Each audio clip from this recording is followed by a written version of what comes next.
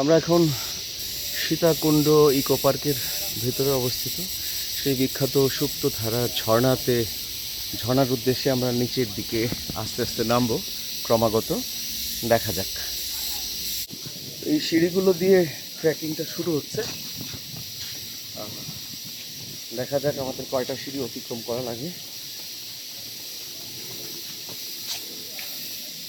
প্রচণ্ড ঝিঝি পোকা বা গুবরে পোকা বা এই জাতীয় গাছ পোকার ভীষণ সুমধুর ডাকে কিন্তু আমাদের একেবারে কান ঝালাপালা অথবা এক ধরনের সুরসাম্য বা সিম্ফনি আমরা অনুভব করছি যে এই বনের ভিতরে কিন্তু ক্রমাগত এদের চিৎকার এক ধরনের ভারসাম্য সৃষ্টি করেছে এবং আমার মনে হয় যে এক ধরনের একটু নেশা নেশা একটা ফিলিং আসছে।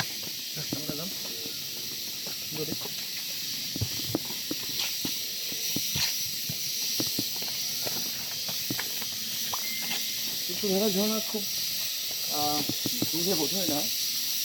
আমরা দেখতে পাচ্ছি এই পাশে মিনিমাম উঁচু পর্বত রয়েছে, সেগুলো দেখা যাচ্ছে না দিক থেকে। ক্রমাগত আমরা নিচের দিকে নামছি, যাক এই ঝর্ণাটাই হবে। ও অনেক নাম করা ঝর্ণা। আচ্ছা আচ্ছা, ঠিক আছে। আমাদের উৎসাহ চেষ্টাই আছে। আমাদের মিশন শুরু হয়েছে একেবারে সেই 1:30 থেকে আমরা পর্বতের উপরে উঠছি। তো সামনে বোধহয় একটা ছোটোখাটো বিশ্রামস্থল। দেখছি যে পাহাড়ের খাদের মধ্যে আবার এখানে প্রচুর কৃষ্ণচূড়া এবং আমি দেখছি যে একবারে প্রস্ফুটিত। আমি বোধহয় রনিকে বলবো যে ভিতরে দেখার জন্য। তো আমি এর আগে বান্দরবনের পর্বতে এত কৃষ্ণচূড়া দেখি নাই, গ্রামের পাহাড়গুলোতে আছে। আমরা দূরে সমুদ্রকে দেখাবো। এখান থেকে সমুদ্র দেখতে গেলে যেটা হবে যে সমুদ্রটা মনে হবে মাথার উপরে উপর দিকে। আসলে এখানে বোঝা মুশকিল। আমি জুম করলে হয়তো সমুদ্রটা একটু বোঝা যেতে পারে। সমুদ্রটা এই ফাঁকের ভিতর দিয়ে আমাদের দেখতে হবে। এই যে এটা কিন্তু সমুদ্র, এই যে এটা কিন্তু সমুদ্র।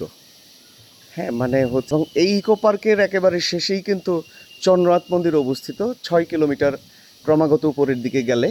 আর এই যে ফাঁকে আমি দেখাচ্ছি এটাই কিন্তু সমুদ্র, অর্থাৎ এটা টোটাল পশ্চিম ভাগে বে অফ বেঙ্গল এই পাশে আছে। আর কৃষ্ণচূড়ার কথা যেমনটা বলছিলাম যে এই একেবারেই চারপাশে একটা নান্দনিক পরিবেশ সৃষ্টি করে রেখেছে এই কৃষ্ণচূড়া ফুলগুলো। তো যা হোক, আমরা ক্রমাগত নামছি। আমাদের সাথে আরও ভ্রমণ সঙ্গীরা আছে। চট্টগ্রাম কলেজের ইসলামী আমি উসামা। হ্যাঁ, সুন্দর। এরা খুব ক্লান্ত। Let's go. আমরা যাচ্ছি। এই পুলমেন্ট না, এই পুলমেন্ট আমাদের ইচ্ছে করে না, একটু ব্রেক দিই। আমরা লাগলে একটু ব্রেক। আসলে হচ্ছে কি, পানি থাকুক বা না থাকুক, যেহেতু এটা বাংলাদেশের বিখ্যাত ঝর্ণাগুলোর অন্তর্গত, আমরা আসলে সেটা দেখতে চলেছি। ওসামার হাতে এখন হচ্ছে যে ভিডিও গ্রাফি চলছে। তো ও হচ্ছে ক্যামেরার পেছনে, আমরা সামনে আছি। তো আমরা শুনতে পাচ্ছি বিভিন্ন রকম পাখির ডাক। এটা কিন্তু অনবরত চলছে। আমি যেমনটা বলছিলাম যে এটা একটা রিদম সৃষ্টি করছে, একটা ব্যালেন্স। এই পাখি, তারপর ঝিঝি পোকা, গুবরে পোকা, এগুলো কিন্তু ক্রমাগত একটা ব্যালেন্স সৃষ্টি করছে। এটা আর কি আমি বলবো যে মানে ন্যাচারাল মেলোডি। তো যা হোক, আমরা ক্রমাগত দিকে নামছি। ভিডিওতে কথা বলছি এই কারণে ক্লান্তি দূর হয়।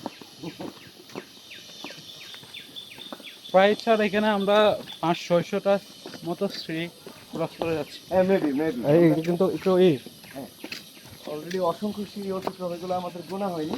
বিভিন্ন ইউটিউব ভিডিওতে থাকতে পারে। আর রনির কাছে এগুলো কোনো বিষয় না, কারণ সে একজন ট্রেকার।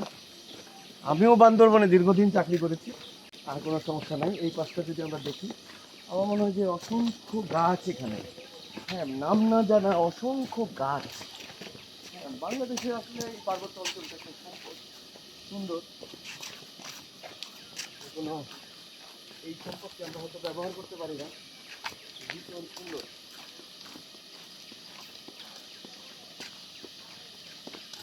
আমরা ক্রমাগত নামছি। কার কি অনুভূতি আমি জানি না, তবে আমার মনে হয় যে যারা পাহাড় পছন্দ করে এই তাদের জন্যে পাহাড়ে মাঝে মধ্যে আসা উচিত। কারণ মানুষের যে নিঃশ্বাস নেওয়ার যে জায়গাটুকু, মানুষের যে পছন্দের জায়গাটুকু, সেটা এক্সপ্লোর করা উচিত। এগুলো আমাদেরকে বাঁচার আগ্রহ জন্মায়। আমরা আসছি ময়মনসিংহ থেকে। ময়মনসিংহ